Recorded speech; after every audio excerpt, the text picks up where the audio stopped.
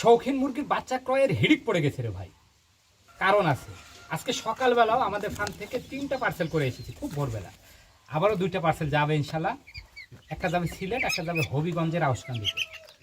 বাচ্চা ক্রয়ের হিড়িক পড়ার কারণ আছে। আমরা 20 দিন বয়সের বাচ্চা ধরে বর্তমানে 40-45 দিন বয়সের বাচ্চাগুলো বিক্রি করছে। আর বাচ্চাগুলো দেখতে হবে অসাধারণ, মানে কোয়ালিটিতে কোনো কম্প্রোমাইজ নেই, কোয়ালিটি 100-100। এছাড়া বাচ্চাগুলো কিন্তু ভ্যাকসিন করা।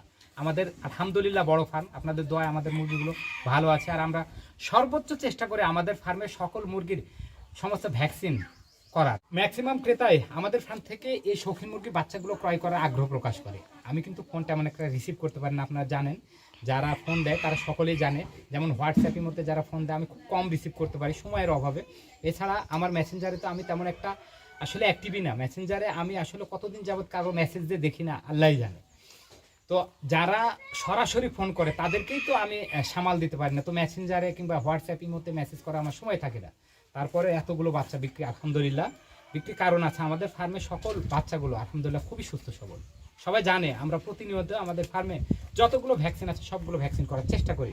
মানে আমাদের যে মূল প্যারেন্টসগুলো আছে এমন কোনো ভ্যাকসিন নাই যেগুলো করা নাই আলহামদুলিল্লাহ।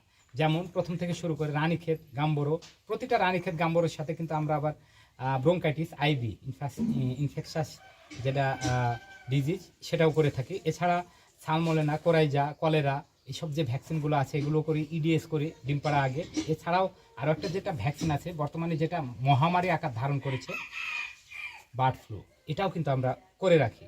আমাদের প্যারেন্টসেও করা থাকে। এছাড়া 2 মাস ঊর্ধ্বে বাচ্চাগুলোতেও করে থাকে আলহামদুলিল্লাহ। আর আমাদের ফার্মের এই মুরগিগুলো দেখছেন আমি কেমন উন্মুক্তভাবে রেখেছি। ভিডিওতে কিন্তু আমাদের ফার্মের সকল মুরগিগুলো দেখিয়ে দিই একদম খোলামেলা। কেউ কিন্তু এরকমভাবে দেখায় না তাদের মুরগিগুলো।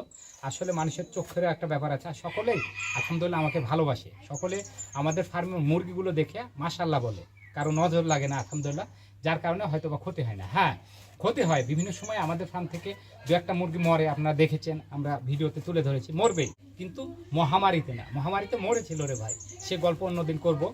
আমরা সে থেকে কিন্তু সচেতন। তো আলহামদুলিল্লাহ আমাদের ফার্মে সকল মুরগি ভালো।